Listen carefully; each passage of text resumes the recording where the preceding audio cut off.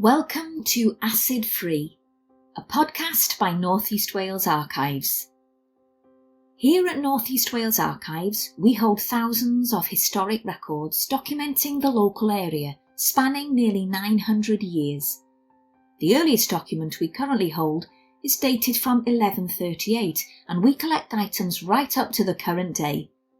It's our job to look after these records for future generations, but to also engage people with the heritage of North East Wales. Archives are full of stories of real-life people, and Acid Free is a series of digital stories and podcasts that explore these stories. This episode of Acid Free focuses on two unassuming leather-bound volumes in our collections, which we know as our mugshot books. These Victorian albums were given to us by the local police force. They show photographs of convicted criminals, alongside physical descriptions and details of their crimes. The majority of criminals featured were convicted in Ruthin, although a proportion were convicted elsewhere.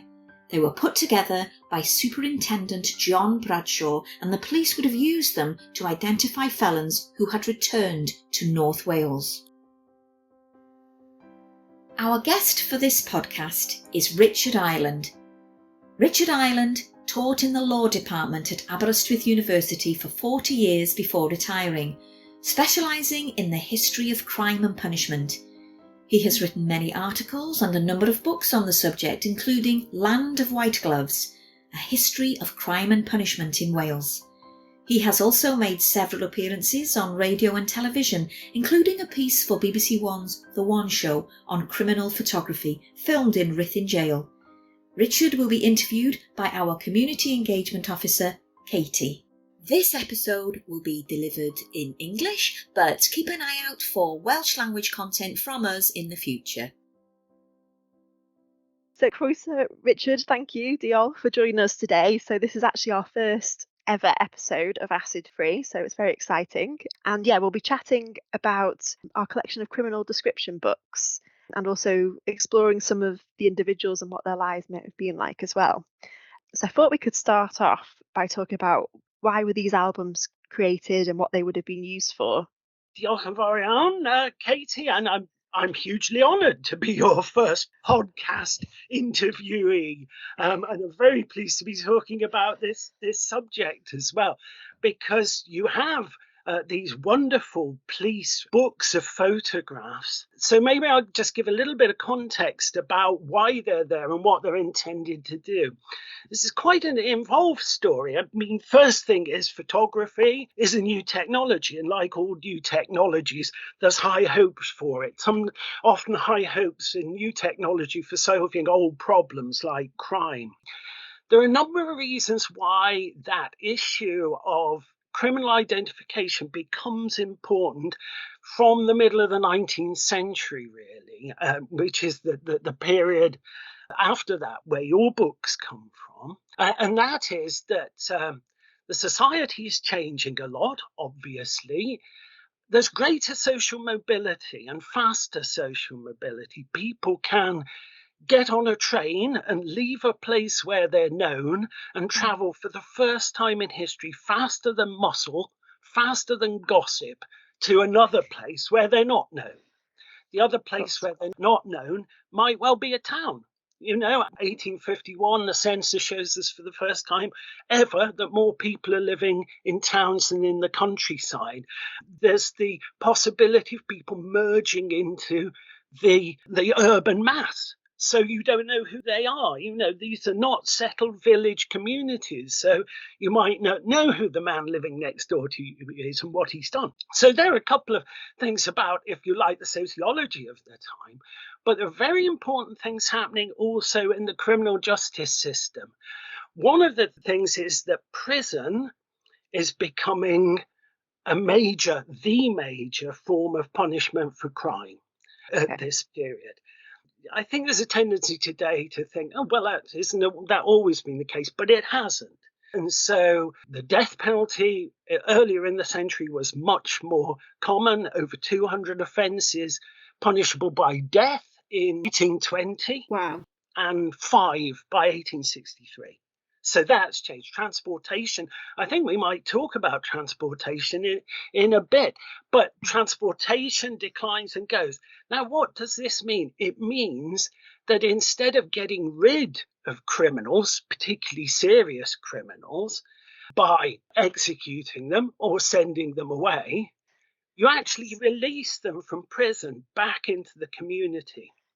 And in the late 1850s, and in particular in the early 1860s, there is a big scare about what are called ticket of leave men. Again, we might explain that later on. People at the end of their sentence being allowed out and the amount of crime that they were doing. So along with this, there is a very important move to make crime and punishment a national rather than local concern. So police after 1856, all counties had to have a police force. Before that, that was up to the county. And so you're trying to bring those police forces together to make a kind of national network of information. And these photographs that we're looking at, which are held by the police, are part of that idea that you would send out to other people pictures of your criminals and get from them pictures of theirs so you could keep a degree of surveillance on them. Surveillance which is also carried on by making them report to police stations. But the hope for photography is that in effect you can keep an eye on everybody from a distance because you can send their images around the country. So it's a bit long-winded, but that's what I think it's all about. No, thanks, Richard. That was really useful to hear a bit more about the context. I thought we'd have a look at some of the individuals that are recorded within these books. And the first one I wanted to have a look at, it's an interesting one because it actually includes two individuals with one entry. And I believe they also have their individual entries as well as their joint one, but we'll be looking at their joint entry right now. And that's Owen Pritchard and Daniel Ryan, who I guess could be considered a sort of criminal double act in a way. Yes, indeed. Walton Borough Gaol, Liverpool. Owen Pritchard and Daniel Ryan. As taken when apprehended at Liverpool in the Walton Borough Gaol, previous to this conviction, and sentenced to 5 years penal servitude at Ruthin, 25th of March, 1861. Both of them receiving His Majesty's licence to be at large in 1865, after which they were apprehended and convicted at the Carmarthen Assizes, 3rd of March 1865, and each sentenced to 15 years transportation for burglary. So yes, a lot of information in that entry, as I think quite a lot of the entries are quite concise and include lots of detail. The one thing I just wanted to kind of delve into was the reference to transportation. Can't tell you how pleased I was when you chose these two, Pritchard and Ryan, because I know them. I know them very well. I don't know them actually particularly well from Ruthin, but I know them very well from their later criminal career. So they're familiar to me, and I've seen photographs of them in another jail, in one of them in two other jails. Really interesting points there. First, couple of things to hark back to what I was saying earlier. Note that this has come from Walton Gaol. So it's been sent from Walton to Ruthin. Yes. That's part of, these people, their image goes along so that you can recognise them. Second thing, you noticed that there was reference to them being sentenced and released unlicensed. These are the ticket of leave men. These are the people that all the scare is about. These people who've been given a long sentence and then they're out and they're doing it again. And society's very nervous about them. The third thing you pick up on, and you're very right to pick up on it, is they were sentenced to transportation. In fact, they weren't. This is just a little precautionary word that we have to be a little bit careful when you're using manuscript documents, because people write down their understanding, and their understanding is not always exact. The sentence of transportation had been abolished by then. It was abolished by an act in 1857 called the Penal Servitude Act.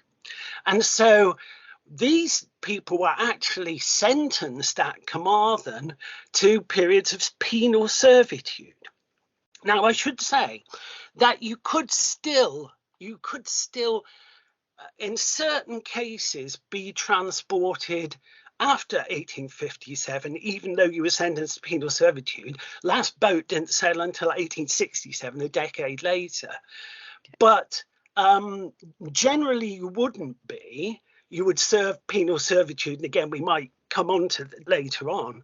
These two didn't go abroad, as far as I know, and I've checked the transportation records, and there's no sign of them going anywhere, although, it would technically still have been possible. So there's an error there. They were actually sentenced to penal servitude, but I know them only too well. One of them, Pritchard, was actually a man who had been born in Denbighshire, born in Ruthin. The other one was a South Walian. Both of them had been in trouble in Ruthin before. Now, I'm not getting this from your records, actually. I'm getting this from Carmarthenshire, which is a prison and a criminal justice system, which I've spent a lot of time studying. And I've got their full records in that because I've got their prison records rather than the police record, which you've got. So that's interesting because there are two different sorts of photograph and record. But yeah, both of them used aliases. That's the problem. Both of them. Owen Pritchard called himself Charles Williams. Daniel Ryan called himself William Davis. And actually, Owen Pritchard also called himself William Davis on occasion. So not only did they share a criminal career, they shared an alias for some time as well. Police had their hands full with these two, I think. They certainly did. Actually, Pritchard had escaped from Ruthin twice and from Carmarthen once, previous to appearing in your book. They're really, really interesting characters. But this shows how, by moving records around the country, you could pick up on somebody's past. They both describe their occupation as bell hanger, which, again, is a bit shady. It means you can move about without any tools. Like if you said you're a carpenter, or you might have to have a box of tools or something. But you say you're a bell hanger. If you're found with any tools at all, maybe a large knotted rope and a ladder, you can just say, "Oh, this is what I use for my job." So we know a lot about these characters, and they're very interesting. And I'm really pleased that we've kicked off with them. Yeah, definitely a good way to start, I think. So if, say, they were actually sentenced to transportation, if it was 10 years earlier and they were to be sent away, how common was that? It had been a hugely important sentence. It has actually quite a long sort of prehistory when it was used occasionally. But it's in the 18th century, it becomes a really significant way of getting rid of criminals and populating the colonies, providing a labour force to work in the colonies. So transportation, everybody thinks of Australia. It started in America. We started transporting people to Virginia and places like that to work on the tobacco plantations. But then in 1776, of course, the Americans declared independence. They didn't want our prisoners there. So after a pause, we started sending them out to Australia.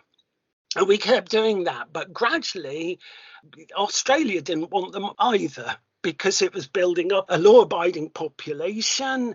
It had its own cities, its own crime. And by the end, by 1857, as I say, there's this kind of residual trickle. But the only places that you could send them to were Western Australia, which was very sort of still underdeveloped.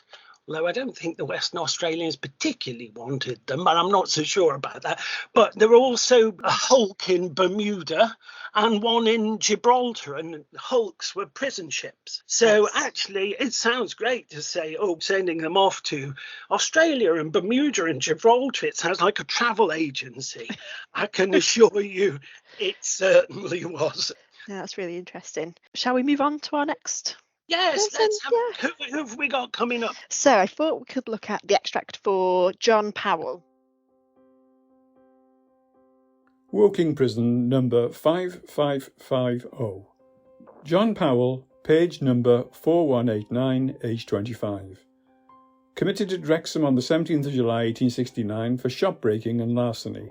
Convicted at Ruthin the 2nd of August 1869. Sentence 5 years penal servitude.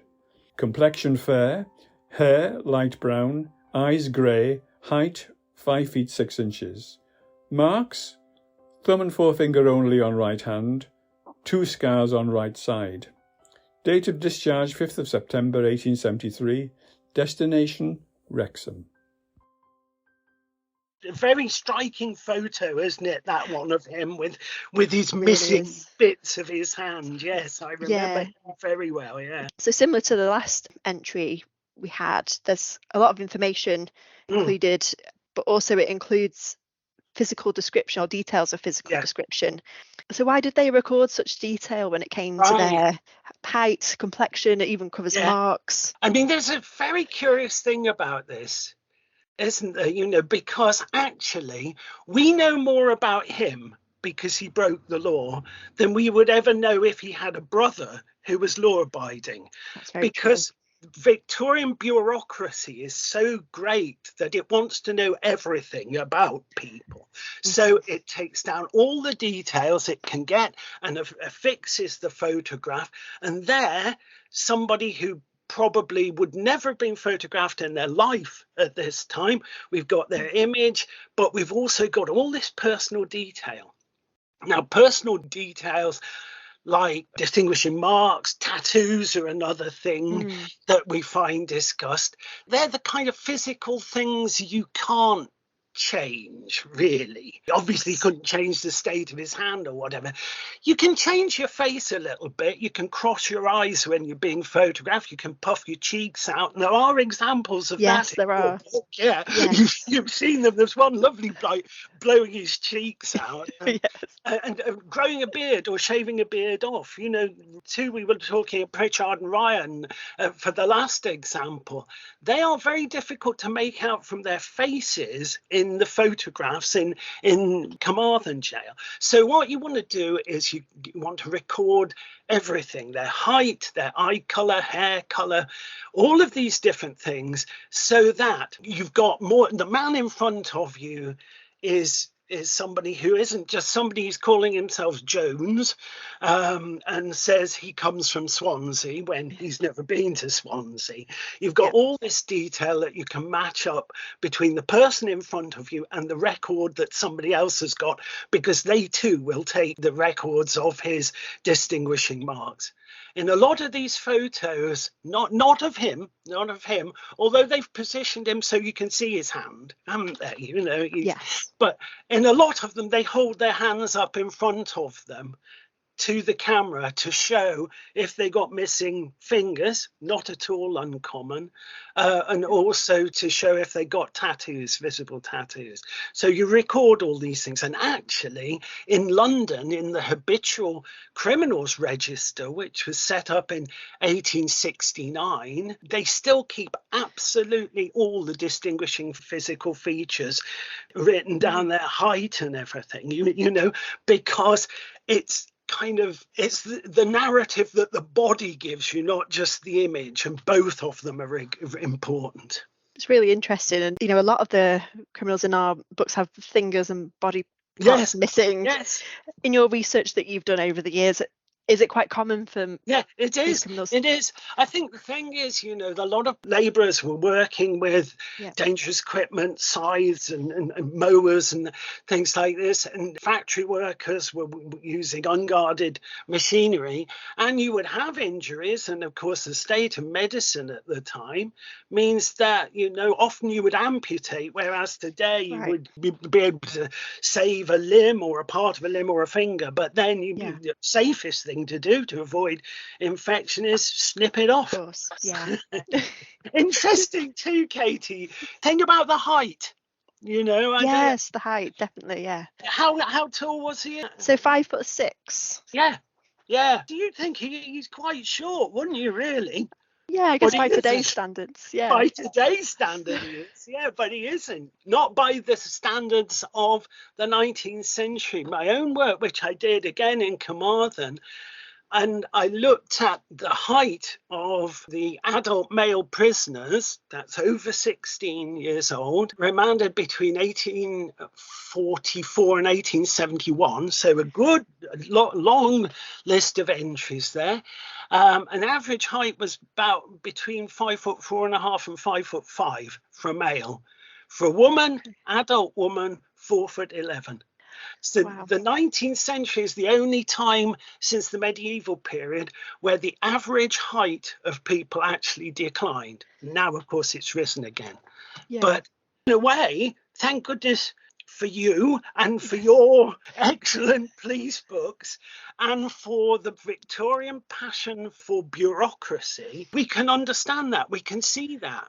We wouldn't know it unless somebody had regarded this as an important matter to write down. And I suspect when we take a photograph of people at a party or something, we don't write down how tall they are. Very true. It just got me thinking that one of the characters that we're focusing on in our digital stories from the books is George Walters, who was 5'11". Yes. An absolute giant. And you see, if people listening to this, if they live in an old Welsh cottage and they bump their head on the door as they go in and out, and they think to themselves, why didn't they build them with a bigger door? They didn't need to. No. That's the answer. You got plenty of room if you're 5'6". But you're right, there are some taller ones. I found a giant Cornishman once who worked on the railway and stole whiskey. He was over 6 foot, but he would have been quite unusual.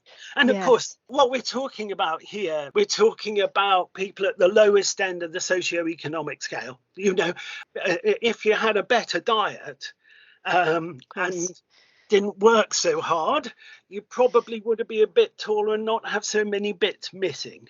No, it's a good point to mention, definitely. So one last thing I just wanted to touch upon with John Powell was penal servitude. Oh, yes. So you mentioned that briefly before when we were talking about transportation. But I just thought if you could tell us a bit more about exactly what it means, because I don't particularly know the exact definition. So it's useful to know. It's a very interesting thing because in a way, servitude is a bit like slavery, in the common meaning of it, and penal is punitive slavery, sort of. So what it means technically, let me explain that. Penal servitude was introduced as an alternative to, and indeed actually a replacement for, transportation. But the idea of penal servitude was that it involved very hard labour. Now, many prisons, well, all prisons by this time, are using hard labour sentences for a lot of offenders. And that would be in the case of males. I think we'll talk about females maybe later on. But in the case of males, that would generally be a tread wheel or stone breaking. But penal servitude then was harder labour, and it was public labour. It was public associated labour, and it was working on dockyards, and it was breaking stones on huge stones for road building. And it was in 3 stages. The first stage, which was this time a 9-month spell in solitary confinement, which was particularly difficult for people who generally, they might not even have their own bed. They'd have to share it in a lodging house or at home. And there they were actually cut off from the rest of the world in solitary confinement. They do 9 months there, and then part of their sentence, the longest part of their sentence, on this public works convict labour. You often see, in old films, images of people with a broad arrow on their uniforms, breaking up stones out on Dartmoor or wherever, Though it's that kind of hard physical labour. And then they would be released on licence. That's a ticket of leave. That's what we've seen happening in these cases. So it's a particularly gruelling, to some extent, excessively so. People would mutilate themselves to avoid having to go and do the work. I've come Really? across cases of people putting their hands on the railway track so that they wouldn't have to do it, taking all kinds of dangerous substances or whatever. I mean, it was really, really different. All a bit grim. I don't want to go into all the details, but it's really, really heavy labour as an alternative to the labour they would have done in Australia, for example, if they'd been transported. Okay. And don't forget, as I've said, you might be doing ordinary hard labour if you weren't doing penal servitude. So it's a step up from already things which could be quite grueling.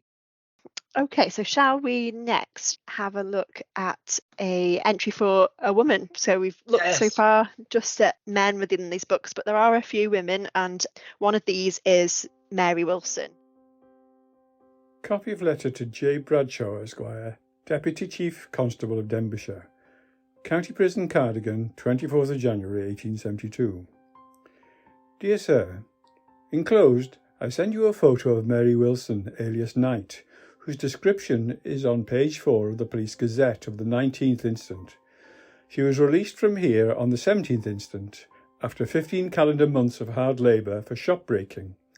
Her husband, Samuel Wilson, is in Montgomery Prison for trial for burglary, and another man, also she says her husband, John Knight, is now undergoing penal servitude. She speaks of Ruthin and Wrexham as her home, and because she is such a thorough bad lot, I send you the enclosed in the full belief she will be in trouble again for long. She has been formally committed and sentenced to 9 calendar months hard labour here for felony. On both occasions was at times one of the most refractory prisoners it has been my lot to deal with. Yours faithfully, M. Elliot, Governor. Note: well known in Dolgellau, see letter on file.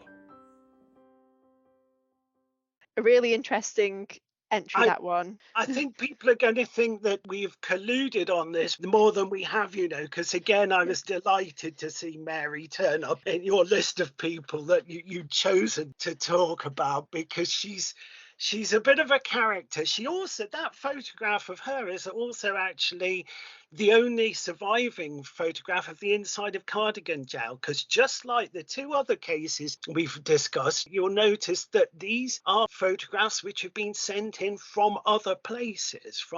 Well, a second man may have been rephotographed in Ruthin, that's fair, but he had been originally photographed when he was in jail, so they may have had a copy from that. But as I say, she was in Cardigan Gaol, and again, the reference, her husband, was serving PS, penal servitude. The second one, again, there's much there, and that she had been circulated in the Police Gazette.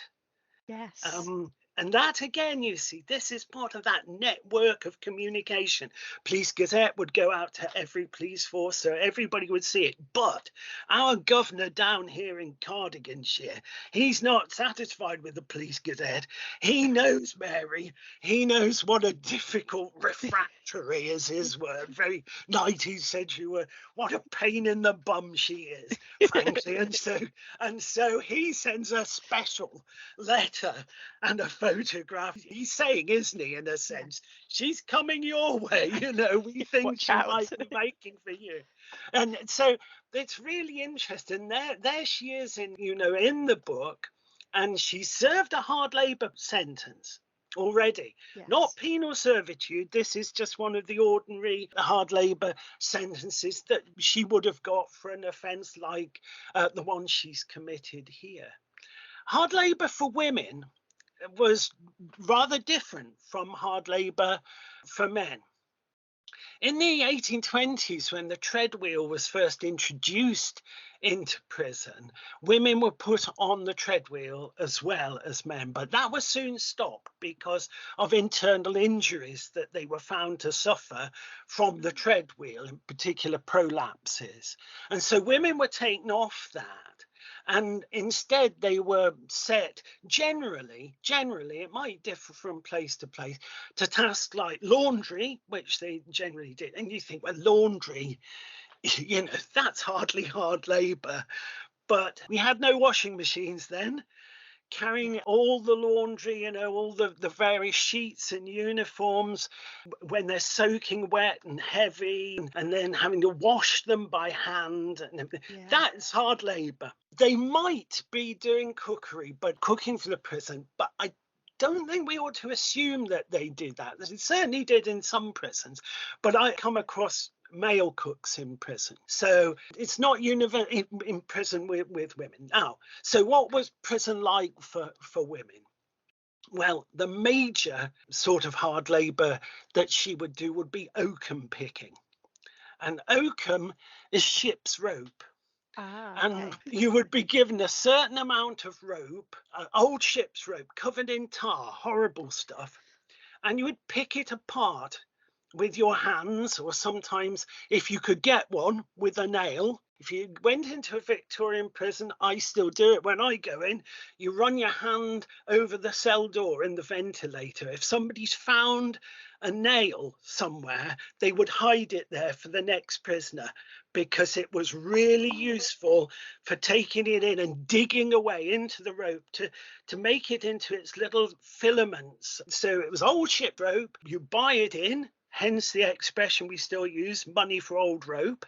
You buy it in, you pick it apart, get the prisoners to pick it apart. It splits their fingers, it's horrible, covers them in oil, and then you sell it back to shipbuilders for them to soak it in tar and cork the seams of wooden built boats. You jam it between the planks to make it water. So it was a horrible job, but that was mostly what women would do in hard labour.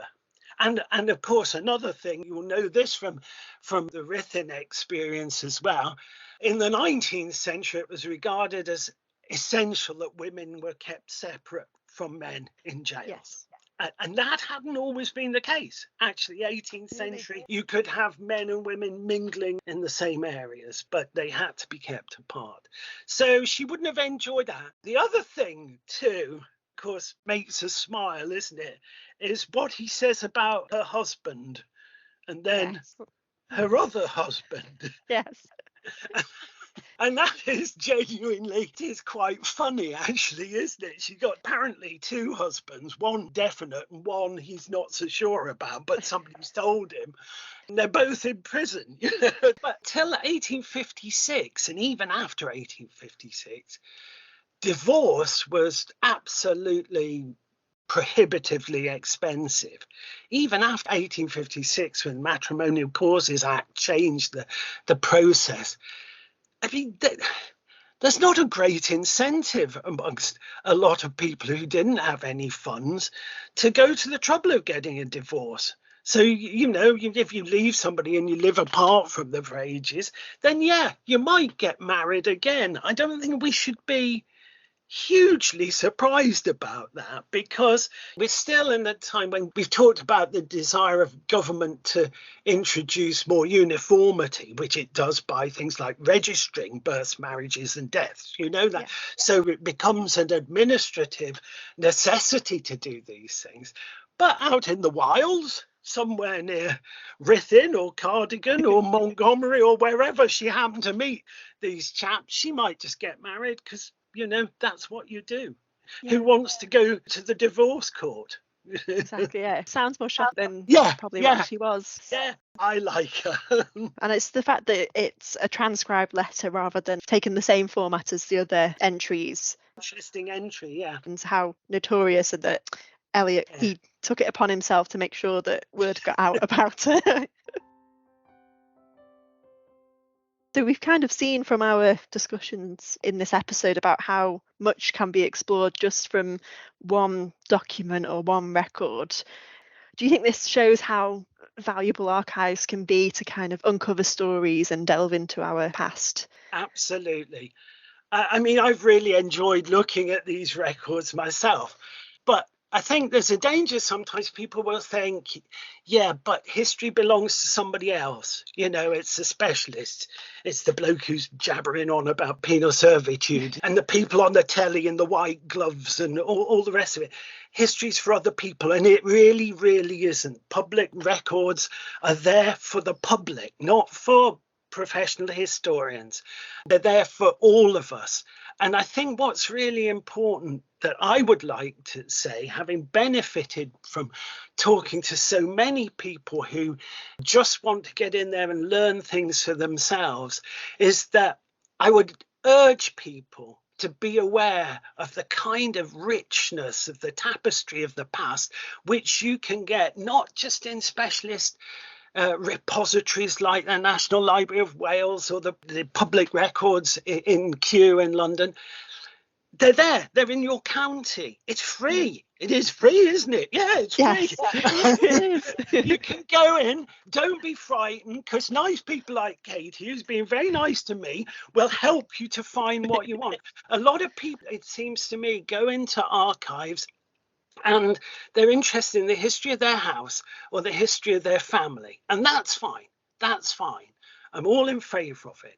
But for me, I always think there's something else that people can do, rather than just compiling a list of this was my great-grandfather and this was his grandfather and all the rest of it, and just taking things back as a list. Sometimes you can step off that ladder and say to yourself, hold on, well, he worked in this place. I wonder what it was like working there. I wonder how big the town was when he was doing this.